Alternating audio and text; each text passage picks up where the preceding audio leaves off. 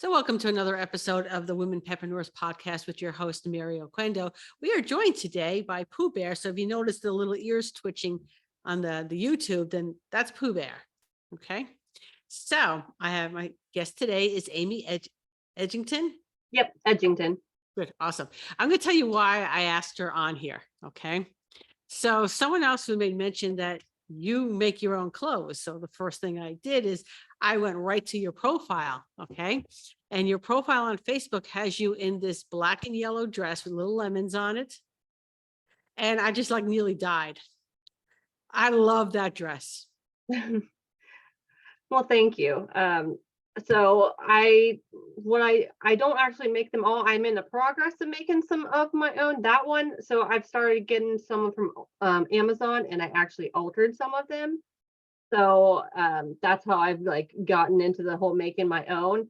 But there is, I'm hoping to unveil some this coming up year in the shows and stuff like that to actually do my own. And it's not hard, but it is kind of hard. It is kind of hard because you know what? I used to, when my kids were little, I made their clothes, Mhm. and I did the whole curtains and all that nonsense. Okay. And you know what? It's time consuming, but it is very creative. Oh yeah. Oh yeah. And one of the ones that I'm wanting to try and do is actually going to be a Johnny Cash dress. And I'm excited for that one. Really excited. Cool, because I made Halloween costumes and all that. My kids had like the best Halloween costumes, except for a couple of years when I got lazy and then we went to the store and we bought them, but whatever. But yeah, so I know exactly how much work goes into sewing and making stuff. So kudos to you. Yeah, Okay. I come from a family. My grandma, a lot of my ancestors actually did sewing, and I inherited a lot of the sewing. Like I have like three sewing machines, and they're as old as brand new from when my grandparents had bought them. And so they made our costumes, and they always did things, and we made my other grandma, she made bridesmaid dresses for some of the daughters' weddings and such. So I do blankets. I'm wanting to do a blanket for my daughters, take all their old t-shirts and try to make one big blanket. So I enjoy it. It lets me be creative when I can't be creative on, my dog right now with, I can do little bits, but I still got to get her AKC title. So I just love anything that is creative. Anything artsy and creative is fun to me. And I think that's really interesting because I think, groomers as a whole, we are very, very creative. And some of the outlets that we have to, continue on with that creativity. So, I mean, I have 3 sewing machines in my house too. Mhm. 2 are definitely functional. The other one is an antique. It's actually in that one of those sewing kits. Oh, you know what? Hold on a second. I'm using it right now for you could see it back there. Okay. Yeah. It's an actual working sewing machine. Okay. However, the newer sewing machines are just so much better, Hmm. you know? So it's just a conversation piece at this point. Right. So, I mean, so you've been doing this, I mean, generation wise. Yeah, so as far as sewing goes, I've been sewing for, I actually took a sewing class too in high school. How the home ec, Yeah. sewing, cooking and stuff like that. And I made a sweater. The one girl, she made her own prom dress. So I did learn some of the ins and outs of it, but most of it is just, self-taught or what I've learned from my grandparents and seeing them do it and everything. And it's it's tedious work, really fine, some of those edging. I mean, you gotta think of some of those seams are so tight on some of those, and it's And I'm tedious. not, and I'm like the big picture person. Okay. Mhm. So like those tiny little details, they're, they're tedious. They are really tedious. And that's probably why I had stopped sewing. Um, because at this point now it's just easier just go to the store and buy it. Or you know what? If you know somebody who does like dressmaking, hey, I need a dress. And then have someone else do it for you. But I do appreciate the work that goes into it. I know exactly how much work goes into it. I've actually, I didn't even think about it. I've made my own, like the hammocks, the little dog hammocks, the slings. Yep. I had some scrap fabric around. I wanted to see how they actually really worked and if it was even worth it. So I didn't even make a pattern or anything. I just free cut it in and sewed all the edges and everything, and I still got it. It's worked. I've had to put it to use like a couple of times, but I mean, heck, for something that I had scrap fabric and everything else was just scrap pieces, it worked. Yeah, I still have scrap fabric. All right. Mhm. Uh, So much. there's so much of it. I mean, I had donated a great deal of it to senior centers, which, by the way, if you have excess material, a good place to donate it is the senior centers, because they'll do like raffles for them, make quilts, and they'll raffle it off, and whatever. But yeah, so all of my extra crafting material goes right over to the senior center. So now, how long have you been in grooming? I have been grooming about 16 years now. And how did you get your start there? I went to one of the like community college or community schools, technical schools is what they're called for grooming. It was animal science and management, and they had a grooming program. And that is when I first actually ever met. She came in and did like a little mini seminar for us. It was Carla Addington Smith, and I met her there. And I still remember the way she made me feel, just that day after her seminar and everything, and it made me really interested in it. And I didn't think that I was going to continue into it, and then I graduated, and a few months later, I ended up getting into PetSmart and stayed with it since. All right, so you're a PetSmart groomer. Yeah, yeah. Went from Live Oaks, and then I started at PetSmart and been in it I was at PetSmart for a while. I've been all over the place, I but got my start in corporate too. mhm. I definitely think it was a good program for me. I was going to go and do the academy sooner than what I originally thought. So I ended up bailing on going to the academy. Someone told me not do it, that I wouldn't enjoy it, and I didn't. And I ended up being a bather for like 2 years. But I strongly recommend doing that, and I'm actually really happy that I did that because it gave me those 2 years to become the best possible bather that I could in that time frame. And I don't think I'd be as good a groomer as I am today if I didn't bathe for a long time. Yeah, you know what? Bathing literally is like 90% of grooming. Yes, yes. When my daughter wanted to become a groomer, I was already mobile at that point, and I'm like, I'm not training you. This is not the environment to train in. Uh, Hmm. so I sent her to a friend of mine who bred and shows Samoyeds.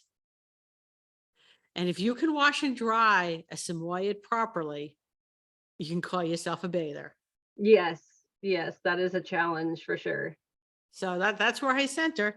She's a groomer now, but That's awesome. that whole bathing foundation. And then a friend of mine who had, we'll call him a husky. Okay. Um, Not a well-bred husky. I call them the mutant huskies.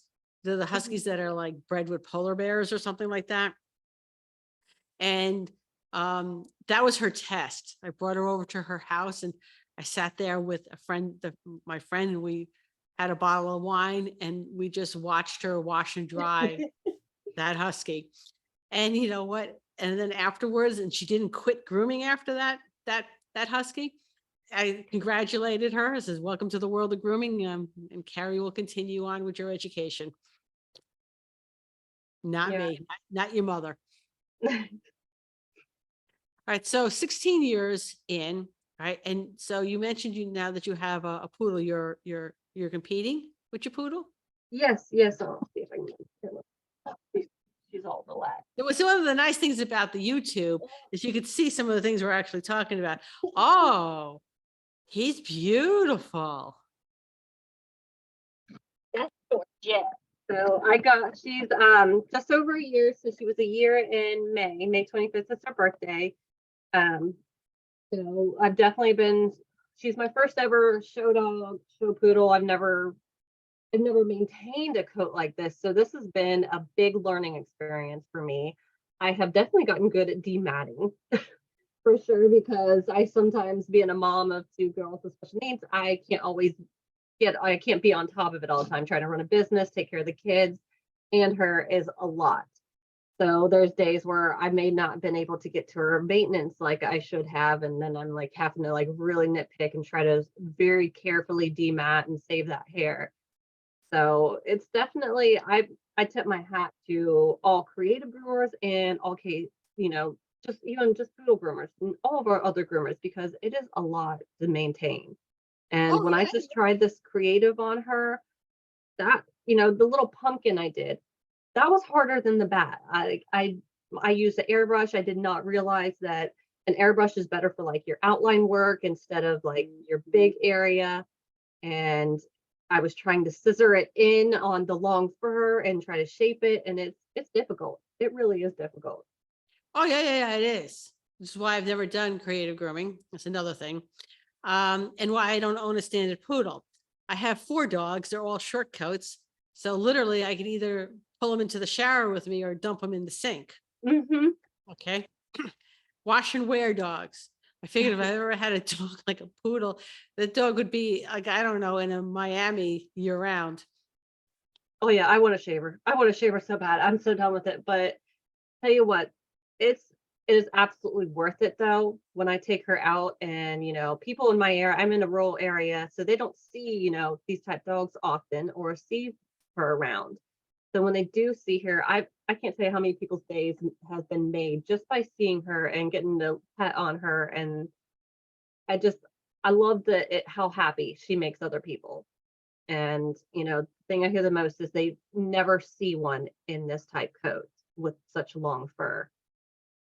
My husband and I were watching the Westminster show one day, and he's commenting on the standard poodles, going, "Oh my God, those are so awesome. It would be great to have a dog. Oh my God, that is so nice. We should get a standard poodle." So I get up, I go over to the kitchen drawer where I keep the spare combs and brush. And Mhm. I walk over to him and I said, "This is a comb, this is a brush, and I will show you how to use them.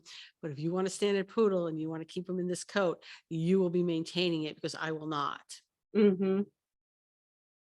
I just wish so badly that I could, like, my girls were old enough. My oldest, I could probably train her a little bit to brush, but like, I just wish I could, train them to help me every now and then to brush them out and everything. But it's just we're in such beautiful coat growth time that I'd be scared to teach her right now.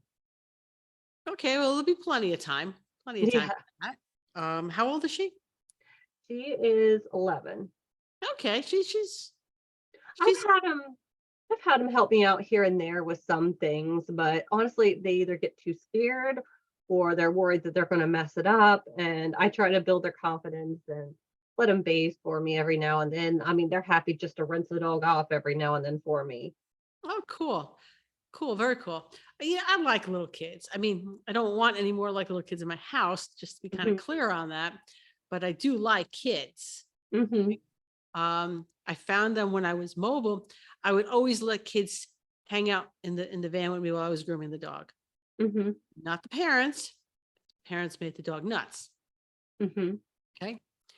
But the kids were awesome. All right. They asked intelligent questions. Okay. Hmm. They cleaned up. All right. So as I'm working on their pet, they're cleaning up for me. I'm like, that's awesome. Yeah. Um, yeah, seriously. The owners never do that. But the kids are like, yeah, let me just clean up for you while you're working on the dog. I said, you can see here all the time. Hmm. Um, but yeah, I love little kids. It's when they become teenagers and adults that yeah, maybe not so much. Yeah, my Um, 11-year-old is starting to get into that like preteen stage and starting to talk back to me and be a drama queen. And it's I can wait. I can wait until the teenagers years hit. Let's slow it down some. you know what? I would always call it like the Linda Blair effect.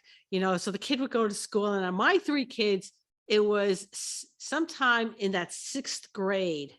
Okay, so they would start off the day. They would get ready to leave for school, and it'd be, "I love you, mommy. You're the best. I'm gonna miss you," and then come home.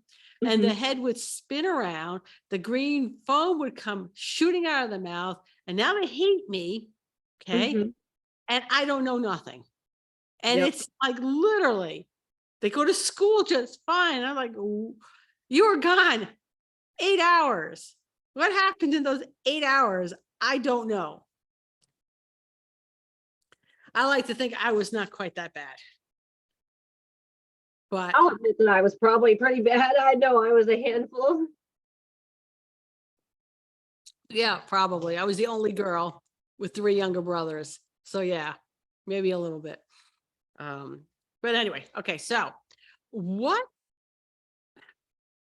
where do you see yourself going with your sewing? Because I'm really fascinated by this. To be honest, I wasn't really going for it too much. I was just like, we're going to do some alterations on these dresses, because I love the whole pinup thing. I changed my Instagram to the pinup groomer. I love rockabilly pinup, anything vintage and stuff like that.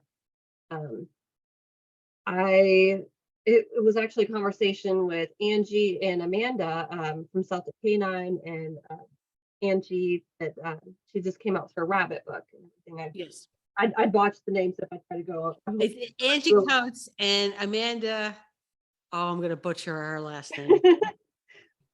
She's Celtic Canine. Mhm. But yeah, after speaking with them at Hershey, like they were all interested in my dresses, and I had started wearing them, and I love wearing them. Fun, they're comfortable. Um, and she asked if I made them. I was like, no, I thought about making some too. She encouraged it, and I just kept thinking in my head, just got my wheels turning. Sorry, here I go. Got my wheels turning, and there's the Johnny Cash dress. There's a donut one. Moo cows. Like, I just have so many ideas that I'd love to do a dress with her and do, or I want to do photo shoots with my standard poodle and somehow do her up in creative as well and take photos in the dresses and match her. I find that a lot of fun to me. Oh, I look forward to seeing that. I think that would be pretty awesome. And I've not seen that. Well, that I hadn't really seen that either, and I thought it was different, and just I don't know. I just went with it, and it became a hit, and I love it. Cool, cool. So I look forward to seeing more of that. Right. So now you're showing your poodle, right?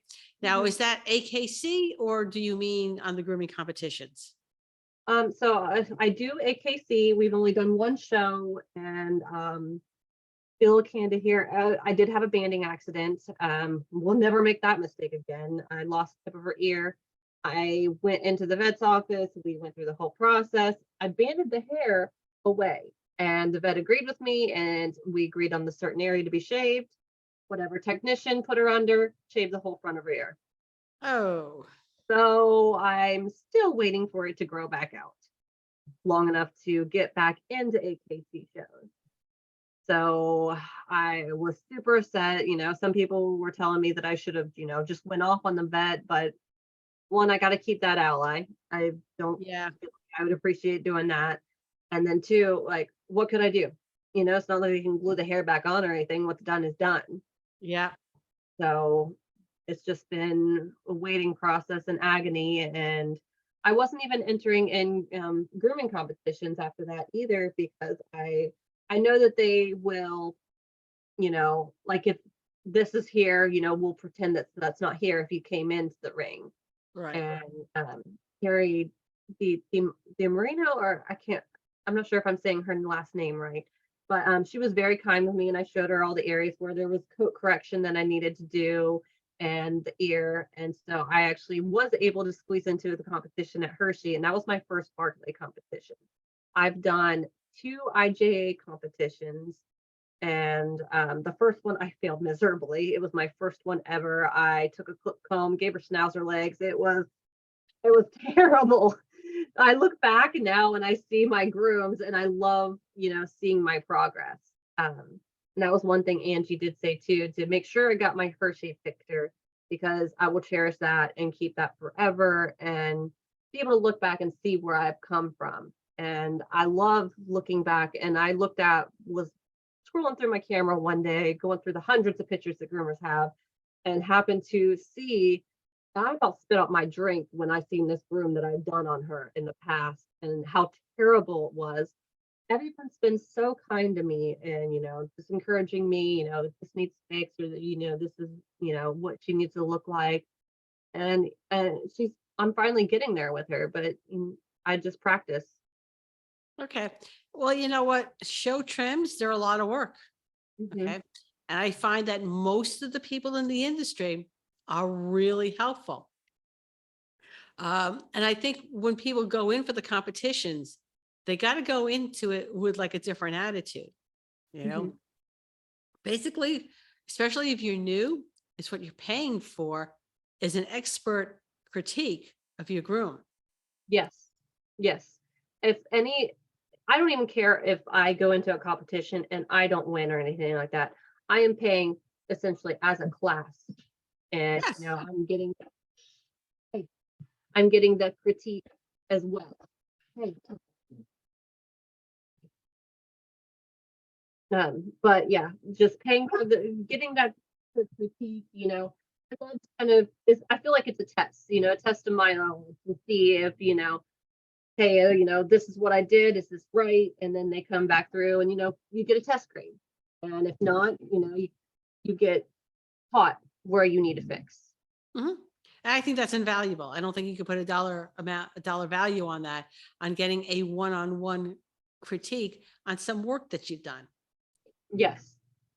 I, So I think for that reason alone, getting yourself into the contest ring every once in a while is probably a really good thing. And it's probably one of my few regrets. All right. I never went into the contest ring. yeah, you Yeah. didn't. Nope. I I was always scared to do it, and I'm really glad I did because honestly, it's helped me get faster on my traditional grooms too, just like everyday pet grooming. So kind of in that robo mode of, hey, you've got this amount of time to do this, you've got to do it. Well, when I worked corporate, I had two Bichons and show trim, and Hmm. I could have done entry with either one of them. All right. Um, but then I went mobile, and they didn't want to pay mobile prices to keep their Bichons and show trim. Hmm. Okay. And I just wasn't getting show trims anymore, but even still, I could have made the effort to find a dog and just give it a whirl, if nothing else, for the experience of doing it. I figure Hmm. one of these days when I'm not teaching so much, I will probably sit by the computer, wait for Rescue Roundup, and just keep my eyes on the prize so that the second that they open up, because that's like the fastest thing to go is Rescue Rodeo. That's half the reason why I hadn't gotten to compete a lot either was because I could never get into a competition. Yeah. So one of these days I will, you know what? The Rescue Roundup, the Rescue Rodeo, whatever they want to call them, it is on my bucket list. And I know sooner or later I will do it. Hmm. I'm just not sure when. I still got all my grooming equipment. What can I say? Yeah, it's good to keep. You never know when you're going to want to do it. Yeah, I sold a lot, but I kept a full set that literally that if I wanted to start grooming tomorrow, I could. At least I Yeah. would have the supplies to do it. I've kept so much stuff over the years. I actually went through my shed yesterday and was just going through some stuff and I was like, that's salon stuff, that's salon stuff, that's salon stuff. And I'm like, I didn't realize how much salon stuff I have. And like I need to do inventory and get rid of some stuff. Uh, the amount of scissors I sold, okay, it's like I don't know. I still have like a full set of plus I still have my very first thinners that I got, double ducks. Okay. That's I what will I plan to be buried with that pair of thinners. I had a pair of black double duck curves when I first started and I swore by those things and I used those things. I used them till they were dead, beyond dead. Like they were so thin from sharpening. I don't even think they were even possible to be sharpened anymore. Yeah, they became more of a conversation piece than actually being used. But you know what? It had its own little leather case. And I was so proud when I bought that pair, because Mhm. that was my first pair of thinners. Yeah, I will, like I said, I wish to be buried with them. Just saying that right now. Find them. I'm going to put them somewhere where my husband can see them. If I die before you, these go in the casket. Everything else you can get rid of, but bury me with these. One of my first pair of thinning shears that I actually liked very well, and this has come from being a PetSmart groomer at that too, were Martha Stewart thinning shears. The way I was scissoring back then, I couldn't get them to work for me. Those worked for me, and I just went with it. I mean, they were terrible, absolutely terrible. But for what I needed and what I used then, as a baby groomer, it worked. Okay. So we're going to take a quick commercial break, Okay. and we're back. For those that are watching, we edit the commercial into the audio version that goes up for the podcast. So anyway, all right. So what would you say is your favorite pair of scissors?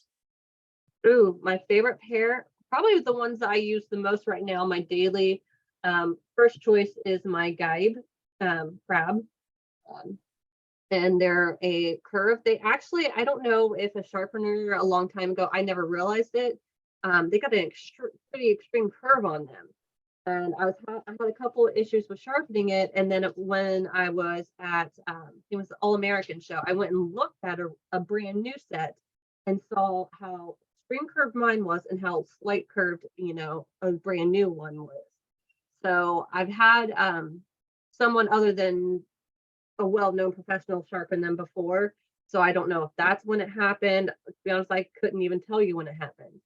But they have an extreme curve on them. They still work well. They still sharpen well. And I use them so much. And then my second favorite is my scorpions that are Kenchi. Okay. So going back to showing your dog at AKC, what what what entails? What do you have to do for that? Obviously the maintenance to the coat, and making sure she's in a good proper trim. It's the all over balance and, the total dog overall, not necessarily so much the haircut, your profile. You want to make sure that that dog is completely to breed standard, their gait, how they walk, um, stacking, making sure she's stacked properly to show everything correctly. And if they're not well proportioned, that's when you get into the corrective grooming to make them look, good and square and proper as far as that goes. So I'm still learning all the proper stuff for showing as well, but going into it, you go into the ring and you do your loops and wherever the judge wants you to go, and then you stop with everybody in the lineup and you stack them, and the judge looks over and they'll pick, just like they do on, the TV, Westminster, and they pick their favorites. And then after that, if you did go to the next round, then you want to make sure you got to keep your dog good, and don't go to the sidelines and start petting and saying, good job, and running all the hairspray that you just put in. So some people have made that mistake when they first started. I've asked for blunders for people. What did they do in their, AKC show mistakes? And someone had said that they had went to the sidelines and loved on them, but then didn't realize that they needed to go back into the ring. That's good to know. Hmm. So where else do you see yourself in the pet industry? Um, I really don't know. I eventually, so I have goals, like it'd be cool to eventually maybe one day make a cover thrower to groomer. That's like my big goal kind of thing, but I'm just working on running my business. I want to get in and out of Barclay shows. I've thought about creating a seminar, something to help groomers, and just continuing going all to the shows as well. I really enjoy it. My first few shows that I started going to, I got hooked instantly. And then after my first competition with her, I got hooked. So I just been trying to keep going with it and keep going with it. And it's so much fun. It's It definitely helps a groomer that's ever struggled with burnout, creating and seeing what's all out there and giving you a break from just like your traditional pet grooming. You can sit there and see, oh, there's so much more to it, you know? And honestly, the people, everyone is so kind and making friendships, all over the country. And, it's gone international. So you're making all these friends, learning about different cultures, learning about different people. And it's fun. It's a lot of fun and definitely helps people with creative minds. Yeah, I love going to trade shows. Hmm. And for people who don't, you're so missing out on it. Um, I never bought I never bought equipment unless it was at a trade show. So if I needed a pair of scissors, I would have to like go to because you could feel them in your. Oh, what happened? There we go. That was weird. So um, I would have to feel the scissors in my hand, right? To see all the new equipment that is there, to get an opportunity to talk to vendors about products, right? And then there's the other groomers, okay? Especially the smaller shows. In fact, the woman that I talked about earlier that bred and showed Samoyeds, she was local to me, but I met her at a trade show, Hmm. you know, which was really nice. And you make real friends. It's not. I mean, and I'm not saying that some of my Facebook friends aren't real friends because yes, they are real friends. Hmm. But meeting somebody in person, and then you have friends all over the country, people that you actually know, sit down, have a meal with, talk shop, and have fun with. Yes. Oh, Yeah, and like you're saying, buying all your equipment to shows, I personally like doing that as well because I want to feel the scissors in my hand. I mhm. want to see exactly how I hold it. Is it going to be properly? They're all made so differently from different manufacturers, different brands, different steels. Everything's made so differently, and and I've seen some really interesting things at shows that I'd never seen. I got this at Pet Quest that I had never actually seen. I just seen it laying there and I thought it was different because it's a fluffing combs. And I thought, Yes, I saw that. I love this thing. I love this thing so much. And I actually used it at Hershey when I competed with her, and it fluffs, you sit there and pick it up. Michelle Breen, she said she did use it. And because I had asked her how she liked it, and she said she didn't care for it because if you flip your comb, then, they're not the same way. So you can't flip your comb, which I do flip my comb a lot, but this is nice if you're just going through quick fluffing and her palms on her back for her English saddle. I've used this before to help set that in, and it's done beautifully. I love it. And that's So just the me fluffing. other thing that I had a load of was combs. Mhm. There's hundreds of different types of combs, and they all have different purposes. Honestly, my favorite comb, I do love that fluffing comb, but my favorite comb is my Andis 10. And I love this thing. Between the fluffing comb and this is one. I like how it's got, your small fine tooth, but you Mhm. got your big tooth. It's wonderful for, your doodles and everything like that. Sturdy. I like how it's rounded. It's got the round. So if it's laying flat on the table, I can grab it because I got nails. A lot of groomers have nails. You're not sitting there fighting trying to pick up your comb.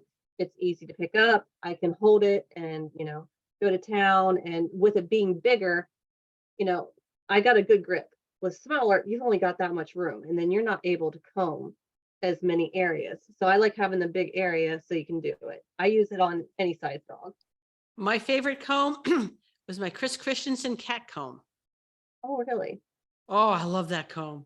Oh my, I love that comb. I dumpster dived for that comb because it got accidentally thrown out. I would too. I don't blame you. It's a good comb like that, I assume there's probably really, really fine tooth. Well, the way the cat comb is, it's got two tines, and then it's got the next two tines are smaller. So it's got alternating tines, but they're 2, 2, 2, 2. All right. That And of sounds like course, a the good quality combs, they're all got the rounded tines on them to start off with. Right. Mhm. So not only was it a great cat comb, but it was a good comb. I used to use it on labs on their butts to get the little bit of undercoat out from their butts. Oh yeah. Oh yeah, it's great on short coated dogs. I've got another comb, a collection of combs. I have the Amie poodle comb, and its teeth are really fine right there. This is really good as well, for it gets everything out. But I've actually used this to de-shed on like like a lab or something like that, and they got that impacted coat that Yep. slicker brushes just go over it and nothing will grab it. But those little fine pieces. Oh, the cat comb will grab it too. Mhm. I had, in fact, at one point I had 3 of them. I had 2 regular ones. They're a little smaller. And then I had the one with the rat tail on it. I need a rat tail comb. I need the Utsumi poodle comb that got the rat tail for her banding. Her banding's a mess. And I use honestly my Andis comb for that. And I use a knitting needle, sewing related, to split, her parts. I never thought to use a knitting needle. Yeah, I think I've seen that in one of my poodle show groups, or wherever I've seen that. But yeah, it's just a long knitting needle, and I hold the comb and take that. She's being extra lovey. You want to come up here? Come on. This is usually the first spot she goes anytime she comes into the salon. She thinks she owns the place, so she comes straight to my chair and steals my chair from me.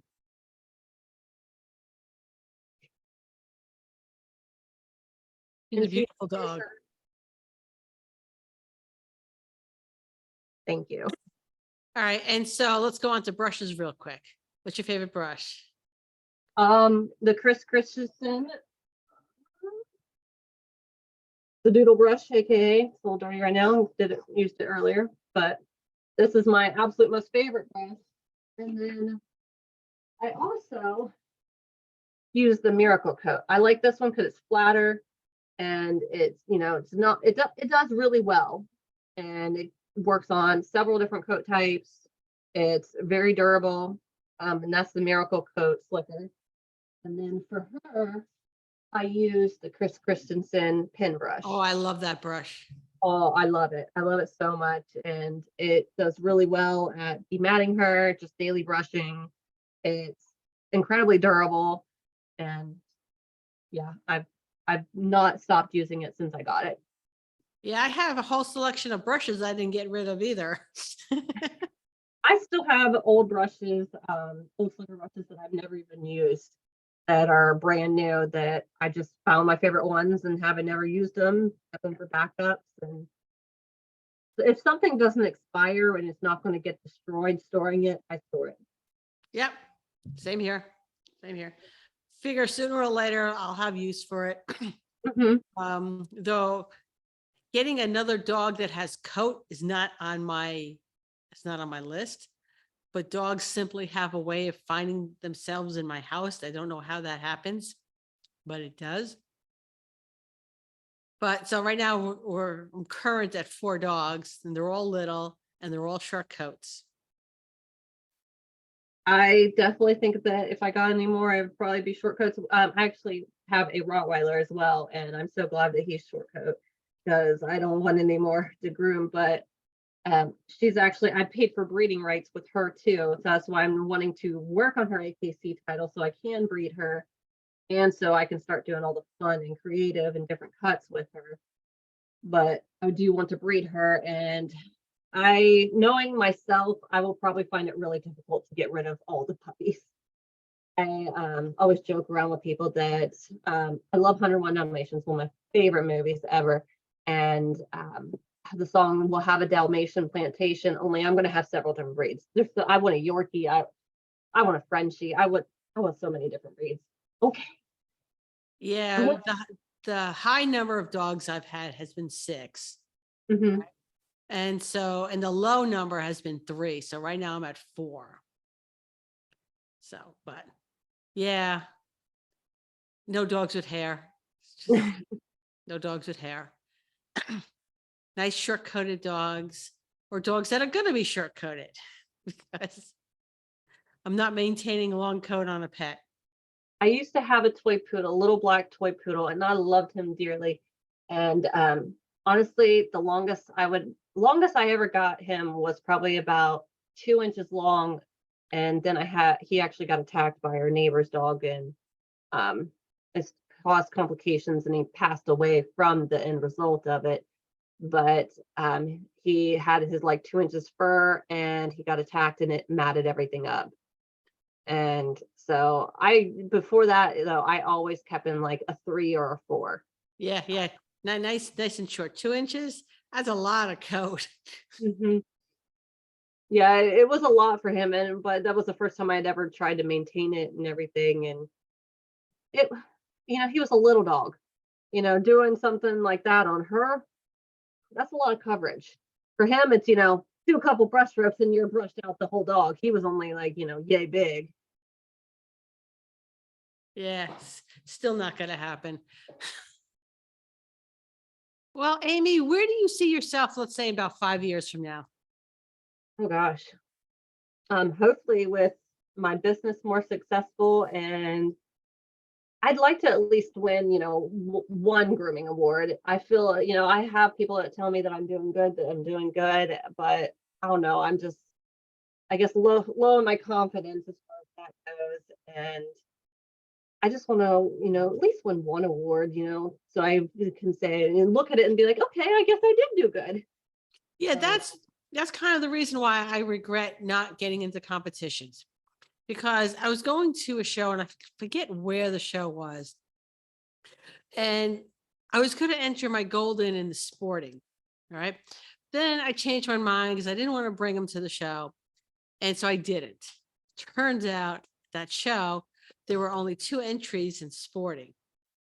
At the very least, mhm, I could have gotten a 3rd place ribbon, right.